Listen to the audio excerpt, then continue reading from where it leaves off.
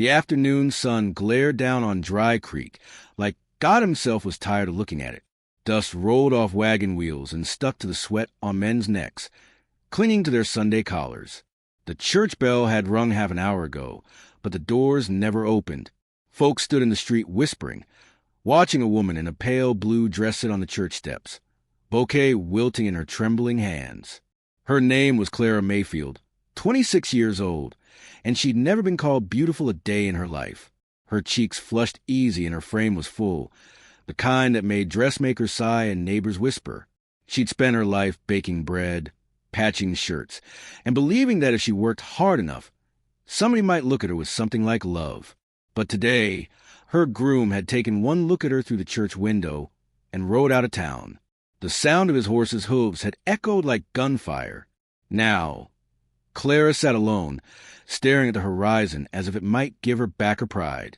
Behind her, women murmured, "I told you, he'd never go through with it. Poor thing, bless her heart. No one marries a fat girl." The words sank into her skin like burrs. She stood at last, brushing dust from her skirt, her eyes red but dry. "Guess the Lord changed his mind," she whispered. The wind caught her words and carried them away.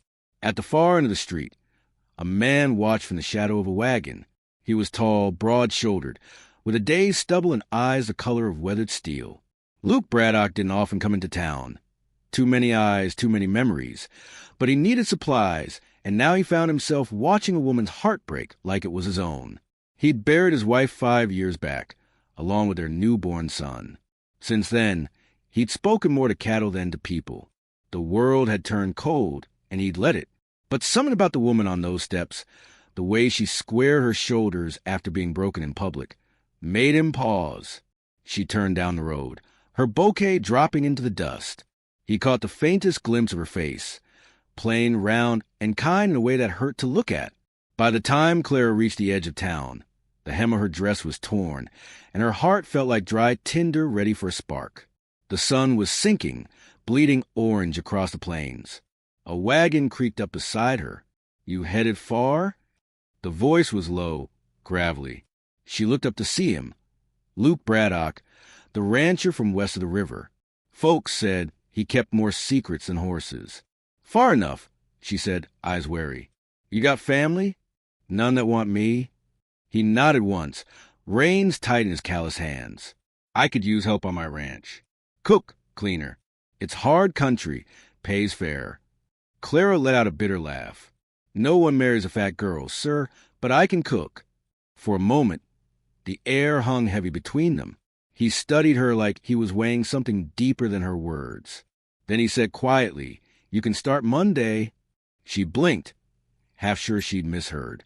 "You don't even know if I can do the work." He turned his horse toward the fading sun. "You got the look of someone who won't quit. That's all I need to know." She climbed into the wagon beside him, and the wheels started rolling. Behind them, the town kept whispering. Ahead lay the vast, empty stretch of Wyoming land, untamed, indifferent, and waiting to test them both. The Braddock Ranch sat 20 miles out, a lonely cluster of buildings crouched between two ridges. The land rolled wide and hard, dotted with sage and thorn, the kind of place where silence had its own sound. When they arrived, night was falling. A single lantern glowed in the main house window. Luke handed her a bedroll. "You can sleep in the cookhouse for now. Sun's up at 5. Coffee's ready by then." She nodded. "I'll make it strong." He almost smiled. That'd be a first around here. That night, Clara lay awake listening to the coyotes and the wind pressing against the walls. She thought of the empty church, the laughter behind her back, and the strange man who'd offered her a chance when no one else would. She didn't trust it, not yet, but for the first time in years, she didn't feel invisible. Morning came cold and raw. She lit the stove before dawn, hands steady despite the burn of fatigue. The ranch hands stumbled in one by one, sniffing the air like dogs. "Smells different," one muttered. "Smells like actual food," another said. When Luke walked in, his gaze swept over the table. Bacon crisped right, eggs golden, biscuits rising high. "You done all this yourself?" he asked. "Yes, sir." He poured himself coffee, black and bitter, took a sip. Then another. "You're hired," he said simply and left. The men chuckled. Guess the boss finally smiled. One said, Clara caught the tone, half teasing, half curious. But she said nothing. Days blurred into rhythm. The sun rose, the cattle bellowed, and Clara worked until her bones hummed. She scrubbed, sewed, cooked, and fixed whatever needed fixing. She never complained, though her hands cracked and her back ached by nightfall. She noticed a portrait in the parlor, a young woman with golden hair, her smile frozen in oil paint. Luke never looked at it when he passed. Sometimes, Clara caught him outside at sunset, staring across the fields like he was searching for something he'd lost out there. Once, she dared ask, "You ever think about leaving this place?" He shook his head. "This land's all I got left. Might as well keep it company." There was a sadness in his voice she didn't pry at. Everyone had ghosts. She had her own. One afternoon, thunder rolled over the plains. The sky darkened fast, heavy with storm. Luke was out driving cattle, and the hands were scattered. Clara saw a lightning strike near the barn, the roof catching fire like dry paper. Without thinking, she ran. Rain came sideways, fierce and cold. She grabbed a bucket, shouting for help, but no one answered. She climbed the fence, skirts heavy with mud, and threw water until her arms went numb. A terrified calf bawled inside. She kicked the door open and pulled it out by its halter, her dress torn and smoking from a heat. The wind screamed around her, whipping her hair into her face. By the time Luke came riding back, the fire was dying, and Clara was on her knees in the mud, coughing. He jumped from his horse, pulled her up by the arms. "What in God's name were you thinking?" Didn't seem like anyone else was. He looked at her, soaked, bruised, defiant, and for the first time, something in his face softened. He led her to the porch, wrapped a blanket around her shoulders, and said quietly, "You did good, Miss Mayfield." Her eyes stung, not from smoke this time, just did what needed doing. That night, while the storm rolled on, he found her in the kitchen tending to her burned hand. "You ought to let the doctor look at that," he said. "I've had worse." He hesitated, then took her hand gently, inspecting the blisters. His touch was careful, almost reverent. "Reckon you have," he murmured. The room was still except for the ticking of the clock and the rain against the windows. She felt his hand linger a moment longer than it should have, then pull away. He cleared his throat. "Barn safe now. You saved the stock." "Just doing my job, Mr. Braddock." He looked at her, something unreadable in his eyes. "That's not all you did." Then he left her standing there with her heart thudding like hooves on hard ground. Over the next days, something subtle changed. The men treated her different, less laughter, more respect. Luke still spoke little, but when he did, his voice carried something new, something like warmth. One morning, as she hung laundry in the wind, she saw him leading a new colt to water. The animal was wild, kicking and stubborn. Luke worked patiently, quiet words and steady hands.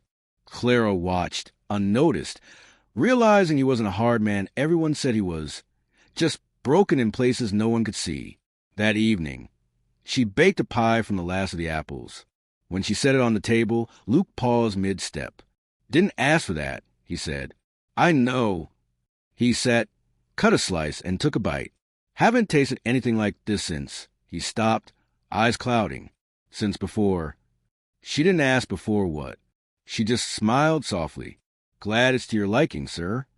Later, as the sun slipped behind the hills, Clara stood on the porch watching the horizon glow. The land stretched endless, wild and unforgiving, but for the first time, she felt like she belonged somewhere in it. Luke came to stand beside her. Neither spoke for a while. Then he said, "Storm season's coming again. We'll need to mend the fences." She nodded. "I can help." He looked at her sideways. "You ever quit?" "Not once." He gave a rare, small smile. "Good. We'll get along fine, then." The crickets sang, and the last of the light caught the silver in his eyes. Clara felt something stir, a quiet ember where cold used to be. When she turned in that night, her reflection in the cracked mirror looked different. Same round face, Same tired eyes, but there was a steadiness there, a kind of pride. She'd been laughed at, abandoned, and pitted, but here, amidst dust, sweat, and cattle, she found something worth more than beauty, respect, and maybe, just maybe, the start of something deeper. Out on the porch, Luke Braddock stood alone, watching the same stars. His hand brushed the railing. Rough wood beneath callous fingers. For 5 years, his world had been frozen in grief. But tonight, for reasons he couldn't name, it felt like spring might come again. The wind whispered through the sage, carrying the faint scent of pie and rain. He thought of Clara's words. Asterisk, no one marries a fat girl, sir, but I can cook. Asterisk, he'd meant to hire a cook. But what he'd brought into his house was something else entirely. Something he hadn't realized he'd been starving for. And though neither of them could see it yet, the fire that burned in her heart would soon test them both, forge them, change them, and prove that even the most broken souls could still find their way home. The gossip started slow, like wind stirring dry grass.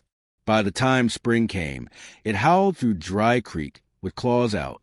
Folks in town said Luke Braddock had taken a woman, that heavy-set girl who got left at the altar.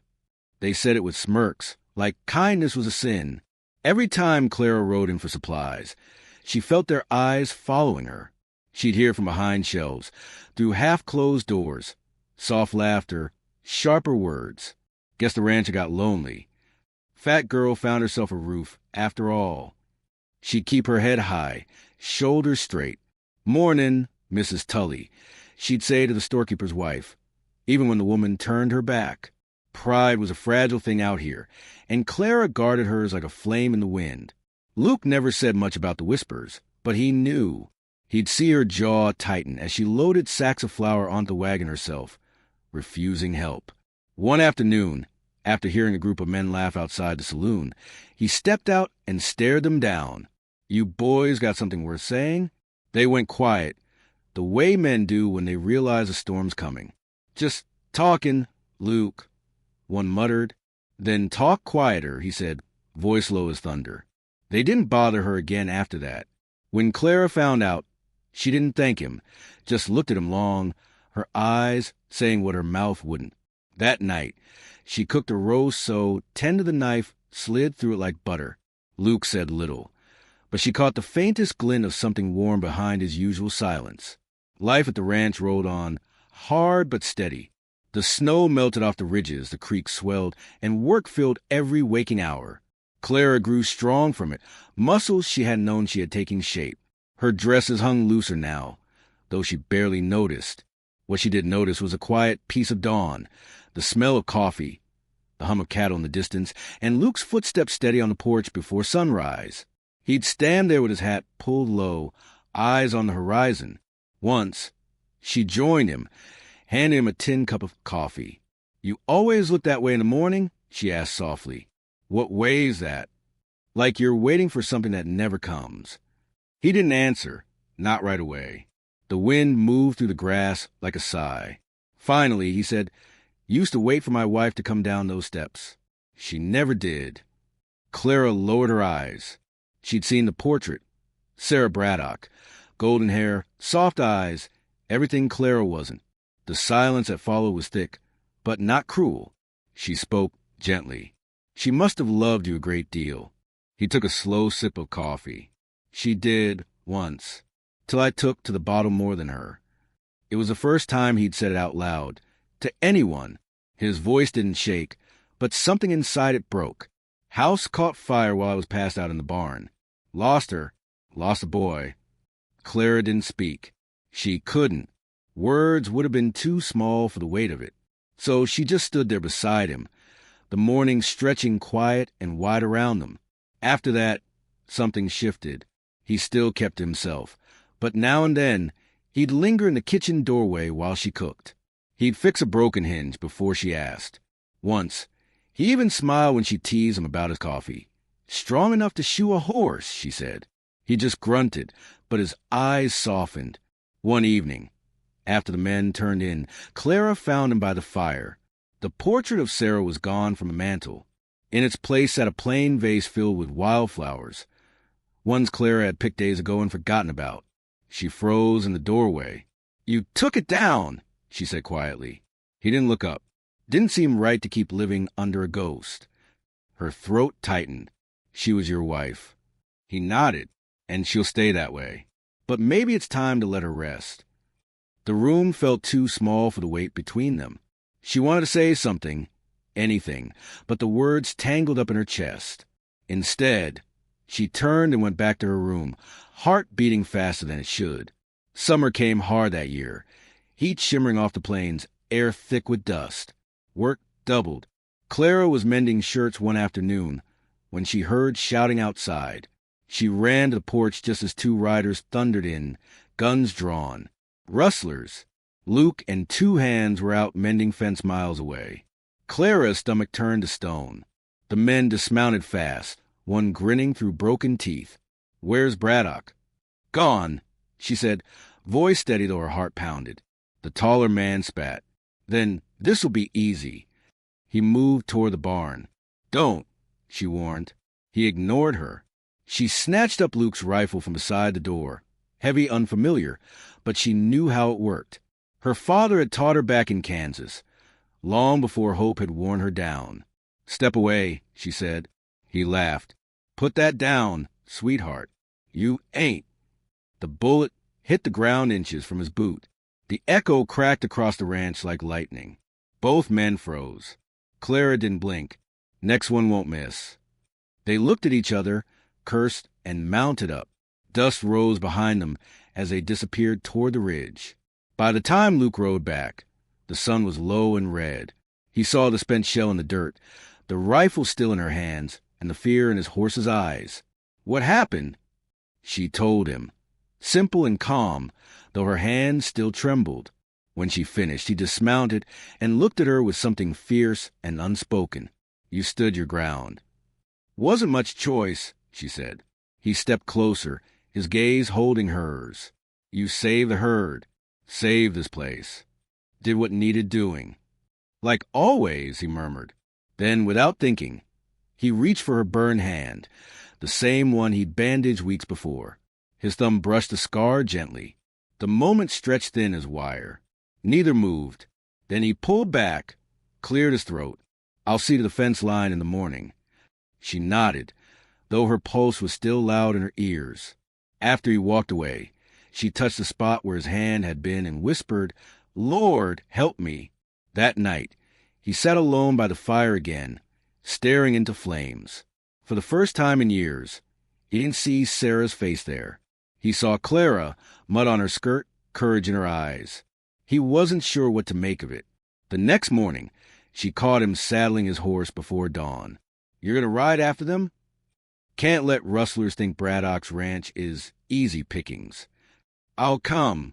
He looked at her, half smiling. "You planning to shoot them again?" "If I have to."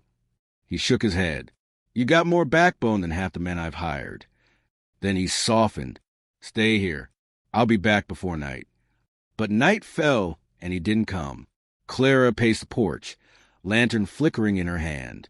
The crickets had gone quiet. She waited until the moon rose, then saddled a horse and rode out. The trail was rough, the kind of dark that eats light. She found him at dawn, slumped near a fallen log, blood on his sleeve. His horse grazed nearby, reins dragging. She dropped to her knees beside him. "Lou!" He stirred, groaning. "Didn't I tell you to stay put?" "Not good at doing what I'm told," she said, voice trembling. She tore her petticoat and pressed it to the wound. "You'll live." "Damn rustlers ambushed me," he muttered. "Got one of them, though." She helped him to his feet, half carrying him back to the horse. He was heavier than he looked, but she didn't stop. Sweat and blood streaked her face by the time they reached the ranch. 2 days later, he was awake and sitting up, arm bandaged. She caught him staring out the window. "You rest, or you'll tear that wound open again." He smiled faintly. "Boss around in my own house. Never thought I'd see the day." "You're welcome," she said, half teasing. He turned toward her, eyes soft. "Clara, if I died out there, I'd have you died thinking I owed you more than I could ever repay."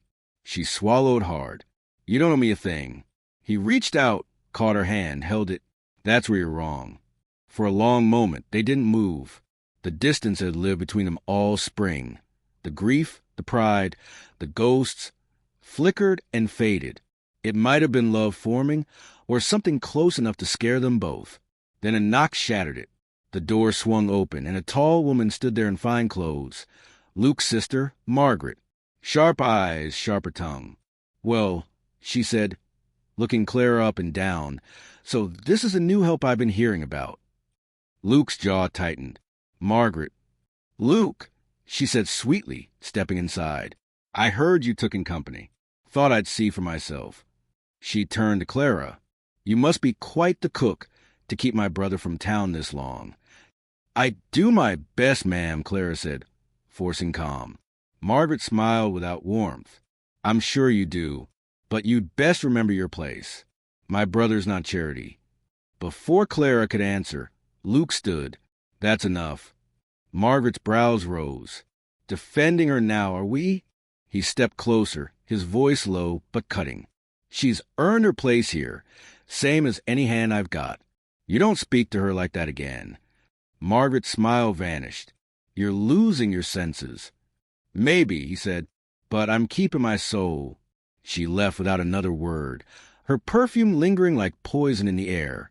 Clara stood still, heart pounding. "You shouldn't have done that." "Why not?" "Because people will talk." "They already do." She turned away, blinking fast. "You can't defend a woman like me forever, Luke." He took a slow step forward. "Then maybe I'll marry her instead."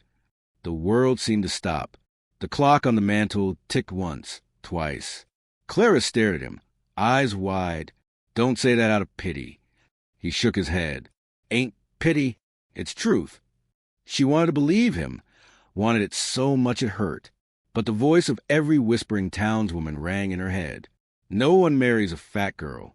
Her throat tightened. "You don't know what you're saying." "I know exactly what I'm saying." His voice was steady, his eyes clear. "You've been the only honest thing in my life in 5 long years. You brought life back to this place, and to me." Tears pricked her eyes, but she forced a shaky laugh. "You're a fool, Luke Braddock." "Maybe, but I'm your fool, if you'll have me." She didn't answer. She couldn't. The room was too full of words left unsaid. When she finally found her voice, it was barely a whisper. "Let me think on it." He nodded once, stepping back like a man giving space to something sacred. "Take all the time you need, Clara."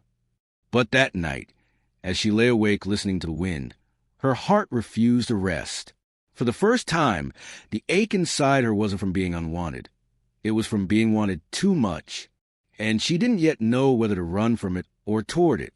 The morning sun broke over the hills like a slow fire, painting the ranch in shades of gold and blood.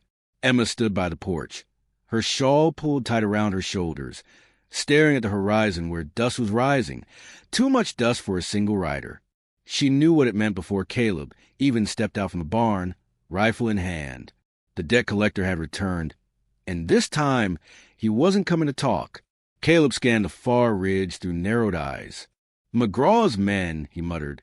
"He's got 4 with him." His jaw tightened. "They ain't here to parley." Emma's heart pounded against her ribs. For months, they had fought to keep this land afloat, to keep the cattle fed, to keep the dreams they'd built from burning away. But McGraw wanted it all, the land, the house, the water rights. He'd tried to buy Caleb out, then threatened him. Now, he'd come to take what he couldn't earn. Caleb turned toward her. "Take the kids inside." "Bar the door." She hesitated. "And you?"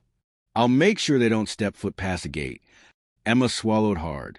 There was no tremor in his voice, but his eyes, those steady, storm-gray eyes, carried a shadow she'd come to recognize. It was the look of a man who'd made peace with danger long ago. As she gathered the children inside, she felt the cold edge of fear crawl up her spine. The smallest one, Ben, tugged her dress. "Mama, why are there men with guns again?" She forced a smile that didn't reach her eyes. "Because some folks don't know right from wrong, sweetheart." Through the window, she watched Caleb walk toward the gate, his coat flapping in the wind, his boots kicking dust. McGraw's men were close enough now that she could see their shapes. 5 riders, dressed in black dusters, the leader sitting tall and smug in saddle. "Caleb!" McGraw's voice cracked across the field. "You know why I'm here. Don't make this harder than it needs to be." Caleb leaned on the fence rail, his rifle slung loose at his side. "You're already trespassing, McGraw. Turn back while you can still ride out of here." The men laughed. The sound was ugly, mocking. McGraw's grin widened beneath his hat brim. "You think you can scare me with that frontier talk? This land's mine by the end of the week, one way or another." Caleb's voice dropped low. "Not while I still draw breath." The standoff stretched, the air trembling with tension. Emma could feel it even from the house. The way the land seemed to hold its breath, waiting for the first move. Then McGraw's hand twitched toward his holster. The rifle cracked before he could clear leather. One of McGraw's men fell backward out of saddle, a spray of dust and blood marking his fall. The next seconds erupted into chaos. Gunfire splitting the morning silence, horses screaming, bullets shattering fence rails. Emma ducked, dragging the children to the floor. The windows rattled with each shot. "Stay down," she whispered fiercely, holding them close. Outside, Caleb moved like a man who'd fought too many battles to fear one more. He fired, ducked, shifted position, using the fence and trough for cover. 2 of McGraw's men were down, one clutching his arm, another face first in the dirt. But there were still 3, and they were circling. Emma's eyes flicked to the rifle hanging above the fireplace. Without a second thought, she grabbed it, shoved a handful of shells into her pocket, and ran for the door. The kids cried out, but she didn't stop. She'd promised herself she wouldn't be the woman who waited helplessly behind walls ever again. Not after everything she'd endured. When she burst outside, the world was gunfire and dust. Caleb shouted her name, but she was already kneeling behind a barrel, steadying the rifle on the edge. Her hand shook, but her aim was true. She squeezed the trigger, one shot, and a rider toppled sideways, crashing into the dirt. McGraw spun toward her, eyes wide with disbelief. "The hell you think you're doing, woman?" She chambered another round, protecting what's mine. For a moment, everything froze, the echo of her words hanging in the dry air. Caleb met her gaze, a flicker of pride breaking through the tension. Then McGraw fired. The bullet grazed her shoulder, spinning her halfway around. She gasped, the pain searing white-hot, but she stayed upright, pulling the trigger again. The shot went wide. Caleb charged from cover, firing twice more. McGraw's last man went down. The rancher kept walking until he stood a few feet from McGraw, who was clutching his side, bleeding and furious. "You could have had peace," Caleb said quietly, "but you chose war." McGraw spat blood. "You think this is over? You think you can keep her some fat kitchen when you ain't worth?" Caleb's fist cut him off. One strike sent McGraw collapsing into the dust. Caleb stood over him, chest heaving. "That woman saved this ranch," he growled. "She saved me." McGraw tried to rise, but Caleb raised his rifle, not to fire, but to warn. "Leave this land and never come back. If I ever see your face again, I'll finish what we started." McGraw stared up at him, eyes filled with venom. Then, groaning, he stumbled toward his horse and rode off, leaving his fallen men behind. Silence settled slowly, heavy as ash after a fire. Emma staggered toward Caleb, clutching her bleeding arm. He caught her, steadying her before she could fall. For a long moment, they said nothing, just breathed, the sound of wind through the grass filling the distance between words. Then Caleb spoke softly. "You shouldn't have come out here." Her voice trembled, not from fear but conviction. "And let you die alone? Not a chance." He looked at her then, really looked, past the dust on her face, past the wound on her shoulder, past everything he used to think mattered. "You're the bravest soul I ever met," he said. She tried to smile, but tears streaked her cheeks. "I just didn't want to lose you." He brushed a strand of hair from her face. "You won't." They stood there until the last of the smoke faded. Behind them, the children peeked through the doorway, wide-eyed and silent. Life had been spared, for now, but the ranch would need rebuilding, fences mended and hearts healed. That evening, As the sun sank low and the sky bled crimson, Caleb sat beside her on the porch. The air smelled of rain and gunpowder. He handed her a tin cup of coffee. "You sure you're all right?" She nodded. "Hurts less than it did this morning." He studied her, his voice quiet but certain. "You remember what you said the day we met?" Emma blinked, surprised by the sudden memory. "I said, 'No one marries a fat girl, sir, but I can cook.'" He smiled, faint and wistful. "And I said you were wrong." Her heart softened. "You did. But I didn't mean just about the cooking," he continued. "I meant that you were wrong about no one wanting you. You've got more heart, more fight, more grace than any woman I've ever known. And I've been a damn fool for not saying it sooner." Emma's eyes shimmered. "You mean that?" "I mean every word."